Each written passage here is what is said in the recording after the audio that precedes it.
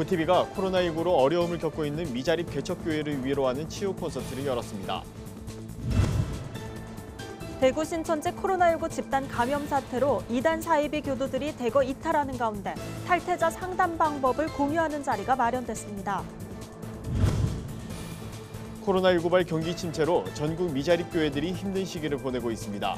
이에 작은 교회 월세 지원 등 교단과 지역 교회의 도움의 손길이 이어지고 있습니다.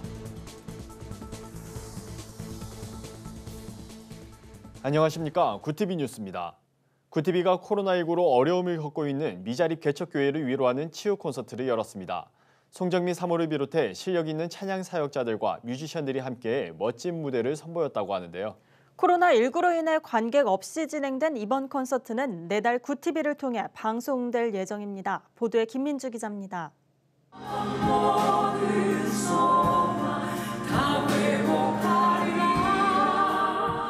코로나19로 지친 사람들에게 찬양으로 위로와 소망을 전하는 특별한 콘서트가 열렸습니다. 구티비는 코로나 사태 장기화로 어려움을 겪고 있는 미자립 개척교회를 돕기 위해 찬양 콘서트를 마련했다고 밝혔습니다. 지금 현실에서는 미자립 교회들이 많이 발생이 되었고 목사님들, 성도분들이 많이 지쳐 있는 상황에서 우리가 뭔가 그들에게 조금이나마 힘이 되고 또 도움이 될 수 있는 시기를 만들고자 이번 공연을 위해 푸른나무 교회와 찬양사역자 연합회 소속 뮤지션들이 힘을 보탰습니다. 송정미 사모를 필두로 찬양사역자 남궁송옥, 강중현, 장근희, 이성신 씨가 참여해 은혜로운 찬양으로 무대를 채웠습니다. 공연은 코로나19로 인해 촬영팀 등 필수 인원만 모여 관객 없이 진행됐습니다. 한국교회, 특별히 미자립교회 목사님들 너무나 많이 힘들고 어려운 상황들이어서 또 그분들을 위로하고 또 함께 지금 지쳐있고 낭망되어 있는 성도님들에게 찬양 가운데 하나님께서 힘을 주시길 원해서 또 우리가 가진 음악으로 또 함께 오병의 콘서트, 잔치가 되길 바라면서 콘서트는 1부와 2부로 구성됐습니다. 1부에선 여호와의 유월절을 시작으로 11곡의 찬양이 울려 퍼졌습니다. 유럽에서 활동하는 세계적인 테너 김정훈 씨의 독창과 찬양 사역자들의 하모니가 감동을 더했습니다. 2부에선 찬양 사역자들이 솔로로 찬양을 불렀고 푸른나무 교회 곽수광 목사가 메시지를 전했습니다. 찬양 사역자들은 콘서트를 통해 하나님을 예배하며 받은 은혜와 감동으로 어려운 때를 함께 극복했으면 좋겠다는 바람을 전했습니다. 저희의 찬양이 하나님을 생각하는데 조금이라도 도움이 될 수 있는 통로가 되었으면 좋겠고요. 네, 그리고 그 받은 은혜로, 그 받은 감동으로 지금 이 어려운 시기를 좀 잘 같이 힘합쳐서 헤쳐나갔으면 좋겠습니다. 구티비와 함께하는 위로와 치유 콘서트 공연 수익금 전액은 코로나19로 어려움을 겪고 있는 미자립 개척교회를 위해 사용될 예정입니다. 콘서트 실황은 6월 중 구티비 채널과 모바일 애플리케이션, 유튜브를 통해 방송됩니다. 구티비 뉴스 김민주입니다. 코로나19 집단 감염 사태로 신천지 민낯이 드러나면서 이단 사이비 교도들의 이탈이 잇따르고 있습니다. 이 한국기독교 이단 상담소 협회는 이들의 탈퇴를 돕는 상담 방법을 공유하는 자리를 마련했습니다. 이날 세미나에서는 협회 대표회장 진용식 목사가 실제로 신천지 탈퇴자를 상담할 때 사용하는 방법이 대거 공개됐습니다. 진 목사가 밝힌 상담법은 탈퇴자에게 코로나19 사태로 드러난 신천지의 거짓 교리를 알려주는 것이 핵심입니다. 영원히 산다는 신천지 교리와 달리 코로나 바이러스로 인해 사망하는 모순된 상황이 발생한다는 겁니다. 세미나에서는 중국 이단 동방번개에 대한 대책도 논의했습니다. 동방번개가 신천지 추수꾼 전략의 근원이어서 신천지 못지않게 주의해야 한다고 진 목사는 설명했습니다.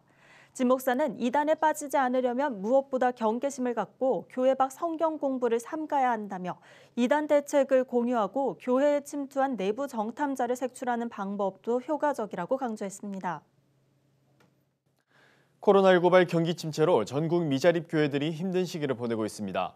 이에 교단과 지역 교회들을 중심으로 작은 교회를 살리기 위한 노력이 계속되고 있는데요. 신촌 성결교회가 작은 교회를 위해 2달여간 특별 헌금으로 모은 월세 지원 성금을 전달했습니다. 최로희 기자의 보도입니다. 신촌 성결교회가 코로나19 사태로 어려움을 겪고 있는 작은 교회들을 격려했습니다. 신촌성결교회는 24일 작은 교회 월세 지원금 2억 2천만 원을 기독교 대한성결교회 총회에 전달했습니다. 교회는 앞서 3월에도 대구 경북 지역 교회에 긴급 구호금 3천만 원을 지원한 바 있습니다. 이번 성금은 코로나19로 경제난에 시달리는 작은 교회의 월세 지원을 위해 교인들이 한마음으로 동참해 2달여간 모은 특별 헌금으로 마련됐습니다. 신촌성결교회 박노훈 목사는 주 안에서 모두 하나의 교회라며 지원금을 통해 형제교회들이 힘을 낼 수 있으면 좋겠다고 말했습니다. 이 땅에는 단 하나의 교회만이 있다고 믿습니다. 하나님의 교회요, 곧 주님의 교회입니다. 근본 코로나19로 인해서 주님의 작은 형제 교회들이 어려움을 겪고 있는 것을 보고서 저희 교회와 성도들이 한 마음으로 지원을 결심하게 되었습니다. 작은 성금을 통해서 미자립 교회들이 정말 미래의 자립 교회가 될 수 있기를 기도합니다. 기성총회 류정호 총회장은 대구 경북 지역 교회가 극심한 어려움을 겪고 있을 때 신촌교회가 가장 먼저 나서줘 고마웠다며 이번 성금도 작은 교회의 희망과 용기를 주는 데 사용하겠다고 감사를 표했습니다. 우리 교단에 약 한 1200여 교회가 매우 1차적으로 어려운 교회들입니다. 그래서 그들에게 희망과 용기를 주기 위해서 전국 교회에 호소하고 그리고 이번에 모아진 그 모든 기금들은 그 작은 교회들에게 나누어서 용기가 될 수 있도록 또 우리가 한 교회다, 하나다, 한 마음이다 라고 하는 따뜻한 마음을 전하는 데 사용하려고 합니다. 신촌성결교회는 이날 지원금과 함께 성도들이 직접 만든 마스크와 손세정제가 포함된 안전용품 키트도 전달했습니다. 박 목사는 지역사회와 교회, 교회와 교회를 잇는 다리 역할을 감당하며 상생하기 위한 노력을 이어가겠다고 밝혔습니다. 구TV 뉴스 최로입니다.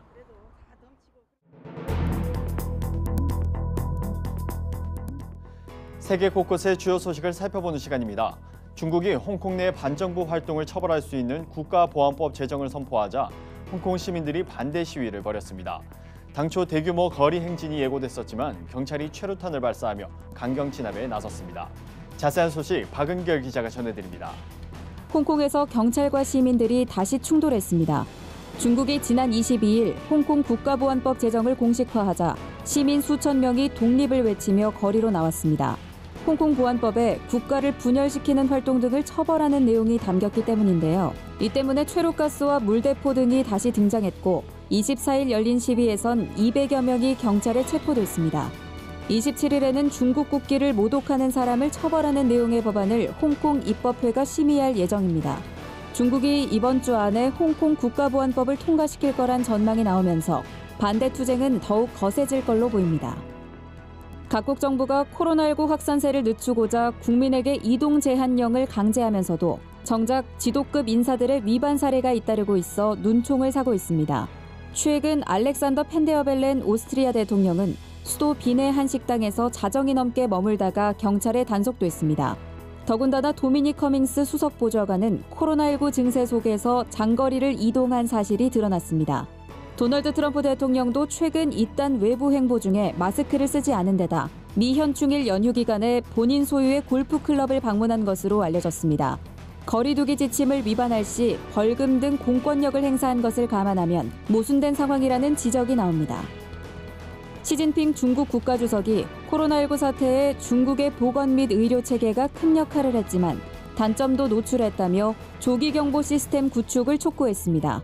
이를 위해 질병 예방 통제 시스템을 개혁하고 공중보건 시스템을 구축해 표준화된 전염병 예방 통제 매뉴얼을 갖출 것을 주문했습니다. 또 코로나19 피해가 극심했던 우한을 포함한 후베이에 대한 지원 강화도 언급했습니다. 시 주석은 후베이성이 경제 회복에 어려움을 겪고 있다며 중앙정부와 기업이 코로나19 이후 후베이성 활성화를 위해 지원을 강화해야 한다고 말했습니다. 일본 아베 신조 내각의 지지율이 2012년 12월 2차 집권 이후 가장 낮은 수준으로 떨어졌다는 여론조사 결과가 나왔습니다. 아사히 신문은 전국 유권자 1,187명을 대상으로 자체 여론조사를 한 결과 아베 내각 지지율은 29%로 조사됐다고 보도했습니다. 지난 16일 실시한 여론조사 때 지지율 33%에 비해 4%포인트 더 하락한 수치입니다. 아베 내각 지지율 급락 원인으로는 코로나19 대응 과정에서 쌓인 불신과 검찰 장악 의도라는 비판을 받은 검찰청법 개정 추진 등을 꼽을 수 있습니다. 이스라엘의 장기 집권 지도자 베냐민 네타냐후 총리가 부패 혐의로 법정에 섰습니다. 앞서 이스라엘 검찰은 작년 11월 네타냐후 총리를 뇌물수수와 배임 사기 등 비리 혐의 3건으로 기소한다고 발표했습니다. 이스라엘의 현직 총리가 형사재판을 받는 건 이번이 처음입니다. 네타냐후 총리는 재판 시작에 앞서 이것은 정치적 쿠데타 시도라며 검찰과 경찰이 우파 지도자인 자신을 물러나게 하려고 음모를 꾸몄다고 주장하며 혐의를 모두 부인했습니다. 로이터 통신은 이스라엘 전문가들을 인용해 네타냐후 총리의 재판이 수개월에서 수년까지 이어질 수 있다고 전망했습니다. 구티비 뉴스 박은결입니다. 오늘의 사회 이슈를 차진환 기자가 종합해 보도합니다. 오늘의 이슈 포커스입니다. 앞으로 대중교통을 이용할 때 마스크를 착용하지 않으면 이용이 제한될 수 있습니다. 박능호 중앙재난안전대책본부 1차장은 운수 종사자의 마스크 착용을 의무화하고 마스크 미착용 승객에 대한 승차 제한을 허용해 대중교통 내 마스크 착용을 강화하는 방안을 검토하겠다고 강조했습니다. 현재 서울과 인천, 대구 등 일부 지자체는 대중교통이나 공공시설 이용 시 마스크를 의무적으로 착용하라는 행정명령을 내린 상태입니다. 앞으로 2,000제곱미터 구역에 소상공인이 운영하는 점포가 30개 이상 있으면 골목형 상점가로 지정돼 시설 개선과 마케팅 등의 지원을 받게 됩니다. 기존에 지원 사각지대에 있던 소위 먹자 골목 등도 골목형 상점가에 해당될 것으로 보입니다. 중소벤처기업부 관계자는 지자체가 정해놓은 음식 특화거리 등이 골목형 상점가로 지정되면 기존 상점가와 똑같이 시설 개선 등의 지원을 받는다며 손님이 많아져 지역 상권이 활성화될 것이라고 말했습니다. 공정거래위원회가 네이버와 배달의 민족 등 온라인 플랫폼 사업자의 불공정 거래 행위를 심사하는 지침서를 내년까지 제정합니다. 온라인 플랫폼 사업자들이 베타 조건부 거래나 끼워 팔기 등 새로운 형태의 경쟁 전략을 구사해 기존의 심사 기준만으론 이들의 행위를 제대로 평가하기 어렵다는 게 공정위의 판단입니다. 공정위는 심사 지침이 마련되고 나면 신규 플랫폼 사업자의 시장 진입 등 경쟁을 촉진하고 플랫폼 사업자 간 공정한 거래 질서가 정착될 것이라고 밝혔습니다. 코로나19에 따른 고용 충격이 고용보험 미가입 취업자에 집중된 것으로 나타났습니다. 산업연구원 보고서에 따르면 3월 취업자는 전달보다 22만 9천 명 감소했습니다. 이 중 고용보험 가입자는 4만 2천 명이고 미가입자가 18만 7천 명으로 82%를 차지했습니다. 코로나19로 인한 고용 충격이 고용보험이 적용되지 않은 노동시장 취약계층에 집중된 것입니다. 보고서는 신규 채용 감소로 고용보험 취득자 증가 수가 급감했다며 특히 노동시장에 새로 진입하려는 청년층이 타격을 받았을 것이라고 분석했습니다. 의사가 전화로 전문 의약품을 처방하려면 사전에 대면 진료 등을 통해 환자의 상태를 잘 알고 있어야 한다는 대법원의 판결이 나왔습니다. 대법원 2부는 대면 진료 없이 전문 의약품을 처방한 혐의로 기소된 의사 A씨의 상고심에서 무죄를 선고한 원심을 깨고 사건을 서울 서부지법으로 돌려보냈습니다. 재판부는 신뢰할 만한 환자의 상태를 토대로 특정 진단이나 처방 등을 내릴 수 있을 정도의 행위가 있어야 진찰이 이루어졌다고 볼 수 있을 것이라고 설명했습니다.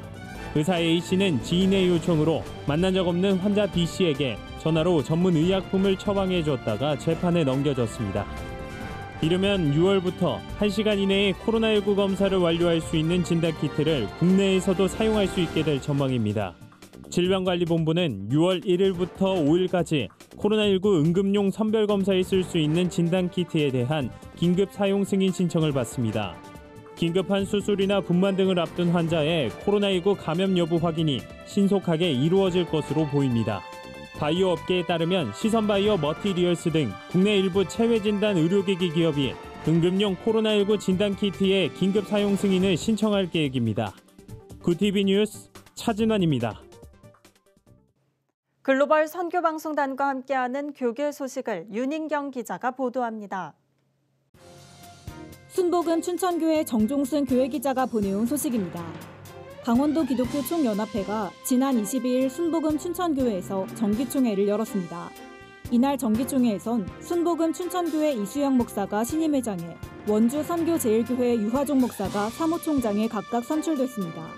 이수영 목사는 취임사에서 지역교회 연합과 일치, 다음 세대를 위한 사역과 저출산 극복을 위한 출산 장려 운동에 앞장서겠다며 강원도가 통일한국의 초석이 되도록 힘쓰겠다고 밝혔습니다. 한편 이날 총회에서는 한국전쟁 70주년 기념 강원도 조찬기도회 등 올해 사업 계획을 논의했습니다. 선교사들을 위한 게스트하우스 감리교 웨슬리 선교관에서 화재가 발생해 24평 넓이의 1층이 전소됐습니다. 다행히 인명피해는 없는 것으로 알려졌습니다. 선교관을 운영하는 웨슬리 사회성화 실천본부는 불이 난 1층 선교관은 다행히 비어 있었다며 우체국 직원이 화재를 처음 발견해 신고했고 출동한 소방관들이 30여 분 만에 화재를 진압했다고 밝혔습니다. 국립과학수사연구원은 정확한 발화 원인을 찾기 위해 추가 조사를 진행할 예정입니다. 기독교 대한성결교회가 코로나19 확산을 막기 위해 정기총회 일정을 단 하루 동안 진행하기로 했습니다.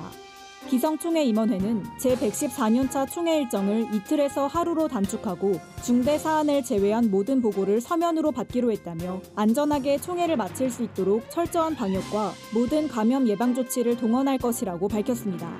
총회 임원회는 최근 이태원 클럽을 중심으로 코로나19가 재확산하는 상황을 고려해 이같이 결정한 것으로 알려졌습니다. 총신대학교 재단이사회가 강의 중 성희롱 발언을 이유로 이상원 교수를 해임 처분한 데 대해 총신대 신학대학원 교수들이 철회를 촉구했습니다. 교수들은 입장문에서 이상원 교수가 지난 20여 년 동안 보여준 신학의 교훈을 생각할 때 해임 결정을 수용하기 어렵다며 이 교수가 학교에 기여한 업적과 총신대의 신학적 정체성, 향후 신학교육의 일관성을 고려해 이번 중징계를 재고해달라고 요청했습니다. 이번 입장문에는 총신대 신대원 교수 27명이 참여했습니다. 구티비 뉴스 윤인경입니다. 사회 전반을 바꿔놓은 코로나19 사태는 한국교회에도 많은 과제를 던져주고 있습니다. 예배와 목회에 대한 방향성과 함께 수많은 미자립 개척교회의 회복을 위한 노력도 절실합니다. 위기를 기회로 만드는 한국교회의 저력을 보여줄 수 있는 계기가 되길 기대합니다. 이상으로 뉴스를 마칩니다. 오늘도 함께해 주신 여러분 고맙습니다.